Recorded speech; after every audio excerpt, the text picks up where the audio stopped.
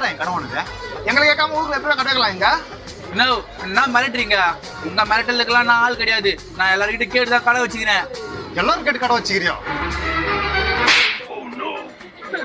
எதுக்கு நான் நச்சுங்க? டேய் நான் இந்த ஏரியா ரவுடி. நான் எப்ப வேணாலும் வந்து இங்க சாப்பிடுவேன். காசு கேட்ட சுடுகாட்டு காமிச்சிருவோம். படா தூமா பசங்க எப்படி அடிக்கானுங்க பாரு. டேய் பண்ணில ஆடை போட்டு எத்தனோட ஆடையா? ஆடை இல்லைண்ணா. ஆடை இல்லையா?